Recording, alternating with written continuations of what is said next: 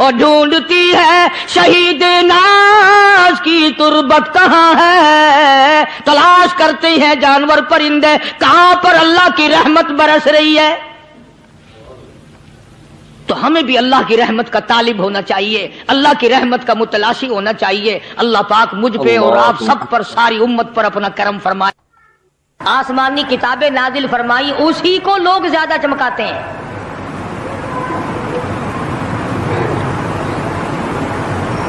خدا اس بات کو گوارا ہی نہیں کرتا کہ میری طرف سے بغیر میرے اعلان کے کوئی ذرہ برابر اعلان کر سکے۔ وہ کسی قلندر کو، کسی ملنگ کو، کسی کو اختیار نہیں دیتا۔ جن کا خدا جیتا جاگتا حی و قیوم قائم دائم ہے وہ تو ایسا ہے، اور جن کا خدا کبھی پیدا ہوتا ہے کبھی مر جاتا ہے ان کی میں بات نہیں کرتا۔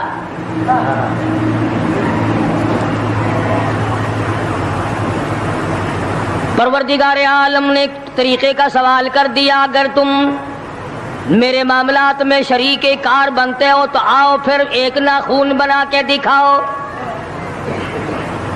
ایک بال بنا کے دکھاؤ، درخت کا ایک پتا بنا کے دکھاؤ، پتھر کا ایک روڑا بنا کے دکھاؤ، مٹی کا ایک ذرہ بنا کے میرے سامنے لاؤ۔ پروردگار عالم نے فرمایا چلو تم سے گائے کیا بنواؤں گا، بھینس کیا بنواؤں گا، بکری کیا بنواؤں گا، زمین و آسمان تم کیا بناؤ گے، چاند سورج ستارے کیا بناؤ گے، انسان تو بنانا تمہارے بس کا کام کہاں ہے۔ لَن يَخْلُقُوا ذُبَابًا، تم مجھے مکھی کا ایک پر بنا کے تو دکھاؤ۔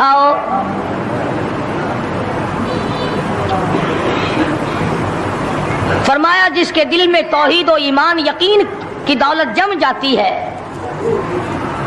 وہ لوگ تو دنیا ہی میں ایمان کا مزہ چکھتے رہتے ہیں، ایمان کی لذت آتی ہے۔ صحابہ اکرام رضوان اللہ تعالی علیہ مجمعین کی جماعت نے دنیائی میں جنت کو دیکھا، جنت کی خوشبو سونگھی، کسی کو جنت کی ہوا لگی، کسی نے جنت کا نقشہ دیکھا، کسی کو جنت کا نظارہ کرا دیا گیا دنیائی میں۔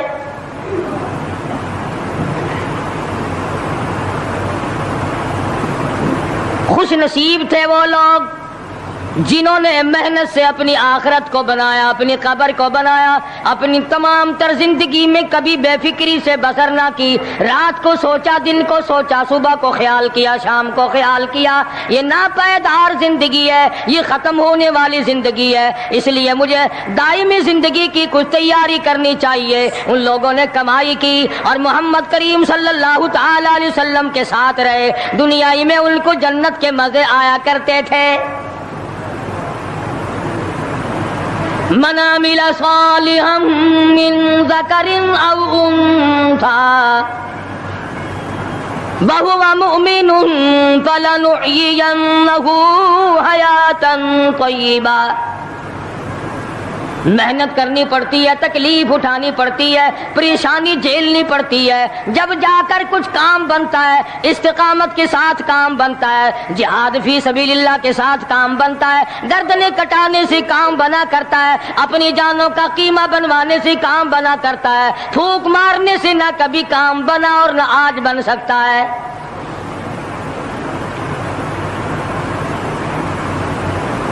علماء کرام میں بے شمار لوگ اس قسم کے آئے جو استقامت کا پہاڑ ثابت ہوئے۔ ان میں سے بعض نے یہ لکھا ہے کہ بعض مرتبہ کھانے میں ایسا مزہ آتا تھا جیسے جنت کے کھانے کا مزہ آتا ہے۔ شاہ عبد الرحیم صاحب رائے پوری رحمہ اللہ، خدام نے عرض کیا حضرت پورا مہینہ گزر جاتا ہے رمضان المبارک کا، کچھ دو چار نوالے، دو چار لقمے کھا تو لیا کرو۔ تو فرمانے لگے میں اللہ پاک کا قرآن کریم دن کو پڑھتا ہوں، رات کو پڑھتا ہوں، سارا دن تلاوت کرتا ہوں، ساری رات تلاوت میں لگا رہتا ہوں، اور لوگوں تمہیں کیا معلوم ہے جب میں خدا کا قرآن پڑھتا ہوں میرے منہ میں جنت کے پھلوں کا مزہ آتا رہتا ہے۔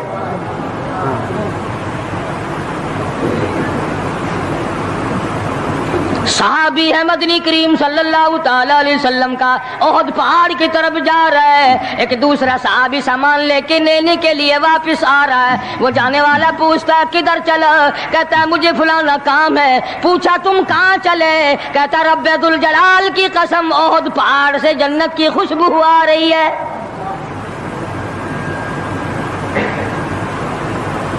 پہاڑ تھے یہ لوگ، ارادے کے استقامت اس قدر مضبوط تھی، دنیا کی کوئی طاقت ان لوگوں کو نہیں ہلا سکی۔ سید عطا اللہ شاہ صاحب بخاری رحمہ اللہ، علماء اکرام کی پگڑی تھی، علماء کی آبرو تھے شاہ صاحب، علماء کی عزت تھی۔ امرتسر میں جلسہ کیا شاہ صاحب نے، اطلاع ملی بہار میں لوگوں نے حسین احمد مدنی کی پگڑی اتار کر جلا دی۔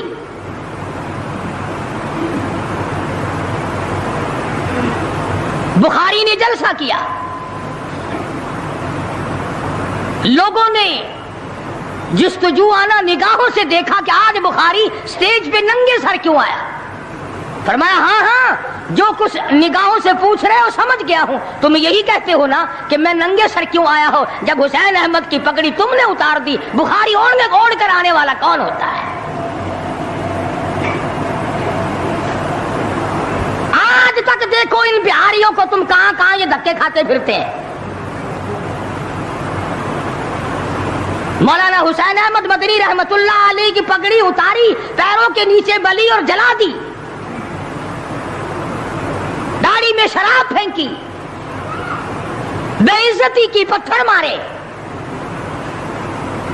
جو سب سے آگے تھا صبح کو تالاب میں نہانے گیا، پیر اوپر ہے سر نیچے ہے، لوگ کہنے لگے بلے بلے اتنا لمبا سانس، بہت دیر ہو گئی۔ جب آدھا دن گزرا، لوگوں نے جا کے دیکھا حضرت دنیا سے تشریف لے جا چکے تھے، وہ مر چکا تھا، پاؤں اوپر سر پانی میں ڈوب کے مر گیا۔ اس طرح سے غرق کیا خداوند عالم نے کہ میرے ولی کی توہین کرنے والوں تم بچ کے نہیں جا سکتے۔ لیکن محبوب جہاں رہتا ہو اس کی ہر چیز سے پیار ہوتا ہے۔ یہ مثال دینی تو نہیں چاہیے، ویسے سمجھانے کے لیے کہتا ہوں۔ مجنو کو ایک اونٹ والا آدمی مل گیا، اس نے مجنو نے پوچھا کہ تو کہاں چلا ہے؟ تو مشہور تو تھا ہی، لوگ جانتے تھے کہ یہ مجنون نے کہا لیلا کے شہر چلاؤں کہ میرا سلام کہیو بہت بہت، کہ اچھی بات۔ آدھا میل وہ اونٹ والا چلا، پھر دوڑ کے بھاگ کے اسے رلا، کہنے لگا میرا پیغام یاد ہے؟ کہ ہاں یاد ہے، کہ زور زور سے سلام کہنا۔ آدھا میل، ایک میل پھر چلا وہ اونٹ والا، پھر دوڑ کے مل گیا، حتیٰ کہ اس شہر میں ہی پہنچ گیا جہاں اس نے جانا تھا۔ اونٹ والا کہنے لگا رے میرا سر کھاتے کھاتے تو نے یہ وقت کر دیا، تو خود ہی جا کے سلام کہہ لے، اب تو شہر وہی آ گیا، میں کیا کہوں گا؟ تو جب شہر کے اس علاقے میں گیا جہاں لیلا رہتی تھی، تو گلی سے کتا نکلا، مجنو نے بیٹھ کے کتے کے پاؤں چومنے شروع کر دیے۔ لوگ کہنے لگے پاگل ہے، گدھا ہے، دیوانہ ہے۔ مولانا روم فرماتے ہیں، کہنے لگا پائے سگ بوسیدہ مجنو خلقش گفتہ اینچ بہود، پائے سگ بوسیدہ مجنو خلقش گفتہ اینچ بہود، گفت مجنو گاہے گاہے کوئے لیلا رفتہ بہود۔ لوگوں نے کہا پاگل، کتے کے پاؤں چوم رہا ہے، تیری عقل ماری گئی۔ مجنو کہنے لگا پہلے اپنی آنکھوں کا تو علاج کرو، تمہیں کتا تو نظر آتا ہے، یہ نظر نہیں آتا، یہ آیا کس کی گلی سے ہے، نکلا کس کی گلی میں سے ہے۔ جب دل میں کوئی بات سما جائے پھر یہی حال بنا کرتا ہے۔ جنگل میں بیٹھا ہوا مجنو یوں انگلی سے لکیریں نکال رہا تھا، کچھ لکھ رہا تھا اور دیکھ رہا تھا۔ کسی نے پوچھ لیا کیا کر رہا ہے یہاں جنگل میں بیٹھا ہوا؟ کہنے لگا گفت نقشے نام لیلا می رقم، گفت نقشے نام لیلا می رقم، خاطر خود را تسلی میں دہم۔ کہنے لگا لیلا کا نام لکھ لکھ کر دیکھتا ہوں، تسلی دیتا ہوں اپنے دل کو۔ عرض کرنے کا مقصد یہ کہ جب دل میں کسی کی بات سما جائے پھر اس کی شکل سے، پھر اس کے پیر کی خاک سے، ہر چیز سے محبت ہو جاتی ہے۔ وہ مسلمان جب کلمہ پڑھتا ہے لا الہ الا اللہ محمد الرسول اللہ صلی اللہ تعالی علیہ وسلم، تو اللہ پاک نے جس نبی کی محبت دلوں میں ڈالی ہے اس کی ہر چیز سے پھر پیار ہونا چاہیے۔ اب جو جماعت نبی کے ساتھ ساری زندگی رہی ہو، آخری وقت تک جس جماعت نے سرکار دو عالم صلی اللہ علیہ وسلم کا ساتھ دیا ہو، وہ جماعت کتنی ممتاز ہوگی، وہ کتنی شان والی جماعت ہوگی کہ معمولی لوگ تو نہیں ہے، اور ان کی بڑی خصوصیات ہیں۔ مثلا ایک قافلہ چل رہا ہے، اور وہ قافلہ اور وہ لشکر بھی کتنا خوش قسمت ہوگا جس میں خود محمد عربی صلی اللہ علیہ وسلم موجود ہے۔ پانی ختم ہو گیا، گرمی تھی، شدت کی بڑی تکلیف ہوئی لوگوں کو بھی جانوروں کو بھی، تو صحابہ کرام نے مشورہ کیا اور اکٹھے ہو کر کے سرکار دو عالم صلی اللہ علیہ وسلم کے دربار عالیہ میں آئے کہ جی پانی نہیں ہے، جانوروں کو بڑی تکلیف ہے اور آدمیوں کو بڑی پیاس ہے، بڑی تکلیف ہے، آپ اللہ پاک سے دعا فرمائیں۔ جناب سرکار مدینہ صلی اللہ علیہ وسلم نے دعا فرمائی۔ اب آگائی میرے محبوب موسیٰ علیہ الصلوۃ والسلام نے بھی پانی مانگا تھا، میں نے ان کو پانی دیا اس طریقے سے قرآن کہتا اضرب بعصاک الحجر، لکڑی پتھر میں مارو، انہوں نے پتھر میں آسا مارا، ہم نے فانفجرت من حسنتا عشرۃ عینا، ہم نے 12 چشمے جاری کر دیے تھے، موسیٰ علیہ السلام نے لکڑی ماری۔ او میرے نبی، آج میں اگر آپ سے بھی لکڑی لگواؤں، اسی طرح سے آپ کو بھی لکڑ پتھر میں مارنی پڑے، پھر کلیم میں اور حبیب میں کیا فرق ہوگا؟ وہ کلیم اللہ ہے، آپ حبیب اللہ ہیں، آپ کو لکڑی مارنے کی ضرورت نہیں۔ یہ پیاری پیاری انگلیاں جو یتیم کے سر پہ پھرتی ہیں، یہ پیاری پیاری انگلیاں جو ہر صحابی کے ساتھ مصافحہ ہونے میں ملتی ہیں، غریبوں کے لیے دعا کے لیے اٹھتی ہیں، میرے محبوب صلی اللہ علیہ وسلم یہی پیاری پیاری انگلیاں ایک پانی کے برتن میں آپ رکھ دیں، مجھے اپنی کبریائی کی قسم سارے قافلے کو ان انگلیوں سے نکلا ہوا پانی پلا دوں گا۔ چنانچہ آپ صلی اللہ علیہ وسلم نے ایک برتن میں انگلیاں رکھ دی، سارے جانوروں نے پانی پی لیا، سارے صحابہ کرام نے پانی پی لیا۔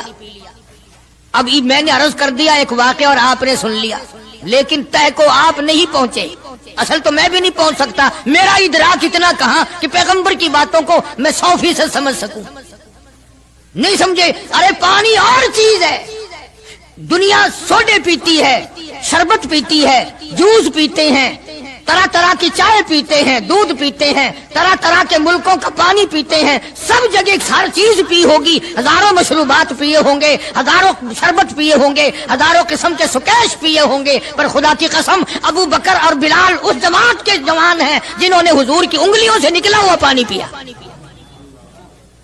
یہ سعادت ہر ایک کو کیسے مل سکتی ہے؟ انہی لوگوں کو اللہ تبارک و تعالیٰ نے یہ مقام بخشا تھا کہ خداوند عالم نے ان کو اتنی بڑی عظمت عطا فرمائی۔ اور میں تو یہ کہا کرتا ہوں کہ صحابہ کرام کی نمازوں کو بھی ایک طرف رکھو، روزوں کو بھی ایک طرف رکھو، جہاد کو ایک طرف رکھو، ان کی فاقہ اور ان کا پیاسا مرنا اللہ کے راہ میں، ان ساری چیزوں کو ایک طرف رکھو۔ یہ بات ان کی کوئی کمی ہے کہ آنکھ بلال کی ہو اور امام الانبیاء کا چہرہ انور ہو؟ ہم تو ان لوگوں میں سے ہیں۔ ہمارے یہاں دارالعلوم دیوبند میں خزانے میں ایک چیز محفوظ ہے، 150 سال سے، 150-200 سال سے ایک چیز موجود ہے، سال بھر میں کبھی خاص موقع پر اس کا دیدار کرایا جاتا ہے، زیارت کرائی جاتی ہے۔ یہ میں صفائی نہیں دے رہا، کئی لوگ کہتے ہوں گے جی دیوبندیوں کی صفائی دیتا ہے، بلکہ میں اپنا عقیدہ اور اپنے بزرگوں کا پروگرام بتاتا ہوں کہ ایسے تھے لوگ۔ دارالعلوم دیوبند کے خزانے میں ایک رومال ہے، وہ رومال وہ ہے جس رومال میں تقریباً 200 برس محمد عربی صلی اللہ علیہ وسلم کا استعمال کردہ پہنا ہوا جبہ مبارک لپٹا رہا، یعنی یہ رومال حضور صلی اللہ علیہ وسلم کا استعمال کردہ نہیں، آپ ان کے ہاتھ نے، آپ کے چہرے انور نے یا آپ کے بدن مبارک کے کسی حصے نے اس رومال کو استعمال نہیں کیا، اور نہ کوئی غلط بیانی ہوئی، بلکہ یہ ثابت ہے کہ اس رومال میں حضور صلی اللہ علیہ وسلم کا جبہ مبارک جو تھا وہ 200 برس تک لپٹا رہا۔ حضرت مولانا محمد قاسم صاحب نانوتوی رحمت اللہ علیہ نے اس رومال کو سونے کی ڈبیا میں رکھا ہوا ہے، اور اس رومال کی سارے اللہ والے زیارت کرتے ہیں کہ یہ سرکار مدینہ صلی اللہ علیہ وسلم کے کپڑے کو لگا ہے، خود آپ کے جسم کو بھی نہیں۔ آپ کے کپڑے کو لگا ہے. جو لوگ حضور کے کپڑے کو لگے ہوئے کپڑے کی بھی عزت کرتے ہو ان کے اندر حضور کی محبت کتنی ہوگی.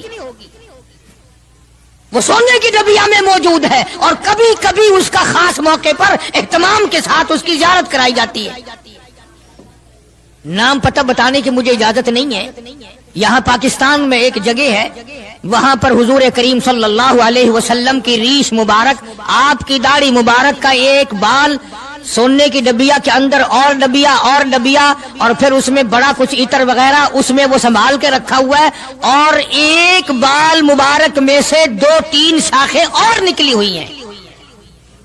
میں یہ عرض کر رہا تھا کہ جو لوگ آپ کے نالین مبارک کی بھی عزت کرتے ہوں ان کے خود اپنے دلوں میں کتنی محبت اور عظمت ہوگی. حدیث پاک کی ایک کتاب ہے جامع ترمذی, عربی مدارس میں پڑھائی جاتی ہے. اس کتاب میں سرکار مدینہ صلی اللہ علیہ وسلم کا حلیہ نقشہ موجود ہے. تمہارے دل میں تو کبھی یہ محبت بھی نہ اٹھی کہ کم سے کم ہم کبھی کتابوں میں حالات میں سنے تو صحیح آپ کی شکل مبارک کس طرح کی تھی, رنگ مبارک کیسا تھا, انگلیاں مبارک کیسی تھی, چہرہ انور کیسا تھا. کتابوں میں سب کچھ موجود ہے. تم عادی بن گئے دوڑے سننے کے, غلط باتیں سننے کے, اصل بات رہی گئی. تو میں بتانا یہ چاہتا ہوں کہ جامع ترمذی کتاب جو ہے حدیث پاک کی, اس میں آپ صلی اللہ علیہ وسلم کی چپل مبارک کا نقشہ ہے, آپ کی نالین مبارک کا نقشہ ہے, یعنی سرکار دو عالم صلی اللہ علیہ وسلم کی جوتی مبارک کا نقشہ ہے. اب وہ ہے اس زمانے کی بالکل سادہ چپل ہے, پہاڑی قسم کی. تو میرے بزرگوں کا اور میرے اکابر کا, علماء دیوبند کا یہ عقیدہ ہے کہ اگر کوئی آنکھوں سے وہ نقشہ دیکھ لے, توجہ کرنا, اور دل میں یہ خیال لائے ہیں یہ بھی کوئی جتی ہے, باٹا والے اتنی اچھی بناتے ہیں, سروس والوں کی اتنی چپلیں اچھی ہیں, فلانے ملک کی اتنی اچھی ہیں, امریکہ میں یوں بنتی ہیں, ہمارے یہاں کمپنیاں یوں بناتی ہے, یہ تو کوئی خاص چپل نہیں. ہمارے بزرگوں نے لکھا ہے جس کے دل میں اتنی سی بات آئی ایمان چلا گیا. ایمان نہیں رہے گا اس لیے کہ اس ذات کی نالین مبارک کی عزت بھی فرض ہے. آئی بات سمجھ میں, یعنی کس قدر عظمت ہے, کس قدر محبت ہے اور کس قدر تعلق ہے محمد عربی صلی اللہ علیہ وسلم کی ذات سے ان لوگوں کو. مولانا رشید احمد صاحب گنگوہی رحمت اللہ علیہ رمضان المبارک میں مدینے پاک سے مرید کھجوریں لا کے دے دیتے, تو آپ مریدین کو کھجوریں تقسیم فرماتے اور فرماتے گٹھلیاں مجھے واپس کر دو, کھجوریں کھا کر گٹھلیاں واپس دے دو. حضرت کیا کرتے, ان گٹھلیوں کو اکٹھا کر کے ہاون دستے میں کوٹ کر صفوف بنا کر رکھ لیتے, اور رمضان شریف میں جس پانی سے روزہ افطار کرتے وہ گٹھلیوں والا صفوف اس میں ملا کر پیتے کہ یہ میرے آقا کے شہر کی گٹھلیاں ہیں. کتنی بڑی عزت ہے. اس زمانے میں بجلیاں نہیں ہوتی تھی, چراغ جلتے تھے حضور کریم صلی اللہ علیہ وسلم کے گنبد خضرا پہ, جہاں ہر وقت اللہ کی رحمتیں برستی ہیں. اللہ ہر ایک کو زیارت نصیب فرمائے. 24 گھنٹے فرشتے سلام پڑھ رہے ہیں, صلات پڑھ رہے ہیں, درود پاک پڑھ رہے ہیں, چاروں طرف سے رحمت ہی رحمت برس رہی ہے. تو زیتون تیل جلتا تھا, کسی مرید نے حضرت کو لا کے وہ چراغ کا بچا ہوا تیل, ایک تو زیتون ویسے بکبکا ہوتا ہے, زیتون کا تیل کوئی ذائقے دار نہیں ہوتا, ویسے ہی بکبکا, اور پھر اس چراغ کا بچا ہوا جو جل چکا ہو اور بھی زیادہ بدبودار ہو جاتا ہے. لیکن مولانا رشید احمد گنگوہی رحمت اللہ علیہ کو جب کسی نے لا کے دیا تو حضرت نے وہ بچا ہوا چراغ کا تیل کھڑے ہو کے پیا. تو کسی نے پوچھا حضرت یہ کیوں؟ فرمایا تجھے کیا معلوم ہے, یہ اس چراغ کا بچا ہوا تیل ہے جو کالی کملی والے صلی اللہ علیہ وسلم کے روضہ اقدس پہ جل رہا تھا. مولانا محمد قاسم صاحب نانوتوی رحمت اللہ علیہ کو کسی نے مدینے پاک سے رومال لا کے دیا, آپ اس کو چومنے لگے, آنکھوں سے لگانے لگے. تو کسی نے کہا حضرت کیا چوم رہے ہو, یہ تو اٹلی کا بنا ہوا رومال ہے, مدینے میں رومال تھوڑے ہی بنتے ہیں, یہ تو اٹلی کا فلاں ملک کا بنا ہوا, جرمن کا بنا ہوا رومال ہے, آپ چوم رہے ہیں اس کو, یہ مدینے میں تھوڑی فیکٹری کو رومالوں کی کارخانہ ہے. فرمایا نہیں ٹھیک ہے مجھے بھی پتا ہے بنایا جرمن والوں نے ہے, بنا اٹلی میں ہے, لیکن یہ بات تو دیکھ میں تو اس لیے چوم رہا ہوں کہ مدینے کی ہوا اس کو لگی ہے, مدینہ منورہ کی اس کو ہوا لگ گئی ہے, اس لیے میں محبت میں چوم رہا ہوں. عرض کرنے کا مقصد یہ کہ ان لوگوں کے دلوں میں پیار ہوتا ہے تو پیار کے اظہار کے طریقے ہوتے ہیں. محبت کبھی نہیں چھپی رہا کرتی, مولانا محمد قاسم صاحب نانوتوی رحمتullah علیہ جب مدینے پاک پہنچے کئی میل ادھر کو جوتا اتار دیا، رات کا وقت تھا، پیر زخمی ہو رہے ہیں، سواری خالی چل رہی ہے. کسی نے عرض کیا حضرت سواری پہ سوار ہو جاؤ، پاؤں زخمی ہو رہے ہیں. فرمایا مدینہ میرے آقا کا شہر ہے، سواری پہ چڑھ کر داخل ہوتے ہوئے مدینے پاک میں شرم آتی ہے. مدینے جیسے شہر میں سواری پہ چڑھ کر داخل ہوں. چنانچہ جتنے دنوں مدینے پاک میں رہے جوتا نہیں استعمال کیا، جوتا نہیں پہنا مدینے پاک میں رہتے ہوئے مولانا محمد قاسم نانوتوی رحمتullah علیہ نے. تو شاگردوں نے پوچھا حضرت پتھریلا علاقہ ہے، ٹھوکریں لگتی ہیں، آپ ایسا نہ کریں. فرمایا بھائی ڈر لگتا ہے کہیں میرا جوتے والا پیر اس جگہ پر نہ کہ پڑ جائے جہاں میرے آقا حضرت محمد الرسول اللہ صلی اللہ تعالی علیہ وسلم کے قدم مبارک لگا. اتنی عظمت، اتنا پیار، اتنا ادب. امام مالک رحمتullah علیہ نے ساری عمر مدینے پاک میں گزاری، لیکن میں ذمہ داری سے کہتا ہوں 3 میل کے اندر اندر امام مالک نے کبھی پیشاب پخانہ نہیں کیا. مدینہ شہر میں امام مالک نے کبھی پیشاب پخانہ نہیں کیا. فرماتے تھے میرے آقا کا شہر ہے، مجھے شرم آتی ہے. اس کا نام عظمت ہے، اس کا نام محبت ہے. 2 غزلیں گا لینا یا 2-4 شعر پڑھ لینا اور نہ نماز پڑھنا، نہ روزے رکھنا، نہ قرآن کی تلاوت کرنا، نہ درود شریف کا ورد کرنا اور نہ صحابہ کرام کا ذکر خیر کرنا، یہ محبت کا معیار تمہیں بتایا کس نے؟ تمہیں شکلوں سے پتہ نہیں چلتا کہ یہ حضور کریم صلی اللہ علیہ وسلم کا محبت کرنے والا یا نہیں کرنے والا؟ کیسے محبت کا معیار اپنا سکتے ہیں وہ لوگ؟ چرس پینے والے، فیم کھانے والے، بھنگ پینے والے، کتوں سے ہر وقت کھیلنے والے، وہ کبھی آقا دو عالم صلی اللہ علیہ وسلم کے خادم ہو ہی نہیں سکتے. مولانا محمد قاسم صاحب نانوتوی رحمتullah علیہ صحابہ صفہ کے چبوترے تک جاتے ہیں، سلام کے لیے جاتے ہیں، لیکن صحابہ کرام صفہ رضی اللہ تعالیٰ عنہم اجمعین کے چبوترے کے قریب سے رو کر واپس آ جاتے ہیں. شاگردوں نے پوچھا حضرت آگے کیوں نہیں تشریف لے جاتے؟ فرمایا بھائی گھبراہٹ ہوتی ہے، شہنشاہ کا دربار ہے، شہنشاہ کائنات کا دربار ہے، مجھے ڈر لگتا ہے آگے جاتے ہوئے، شرم آتی ہے. کئی دنوں کے بعد ماجہ شریف تک گئے، جالیوں کے قریب تک گئے اور وہاں جا کر کے سلام عرض کیا تو مولانا محمد قاسم صاحب نانوتوی رحمتullah علیہ ہنستے ہوئے واپس تشریف لائے. کسی نے پوچھ لیا اللہ والے کئی دنوں سے تو دیکھا روتے ہوئے واپس آیا کرتے تھے، آج مسکراتے ہوئے آئے ہو؟ فرمایا الحمدللہ کام بن گیا، کام بن گیا. اس کسی نے پوچھ لیا کیا کام بن گیا؟ فرمانے لگے تمہیں کیا معلوم ہے میرے آقا کا مجھ پہ اتنا کرم تھا، میرے آقا کا مجھ پہ اتنا کرم تھا، بھر دیا میرا دامن پھیلانے سے پہلے، میرے آقا کا مجھ پہ اتنا کرم تھا، نشہ رنگ لایا پلانے سے پہلے، اور بھر دیا میرا دامن پھیلانے سے پہلے، مجھے کالی کملی والے صلی اللہ علیہ وسلم نے دودھ پلا دیا، علم حدیث پلا دیا. عجب انداز کے لوگ ہیں، عشق ان جیسا. باہر تشریف لائے، نعتیہ کلام تو دیکھو، عشق کے بغیر ایسا کون کہہ سکتا ہے؟ یوں فرماتے ہیں جیوں تو سگانے، جیوں تو سگانے حرم کے ساتھ پھروں، او میری مولا بقایا زندگی اگر میری ہے، میرا مدینے کے کتوں میں شمار کر دے، میں بڑا راضی. جیوں تو سگانے حرم کے ساتھ پھروں، اور مروں تو کھائے مجھ کو مدینہ کے مرغ و مار، میں مدینے میں مر جاؤں، مدینے کے پرندے مجھے کھا جائے، میں بڑا راضی.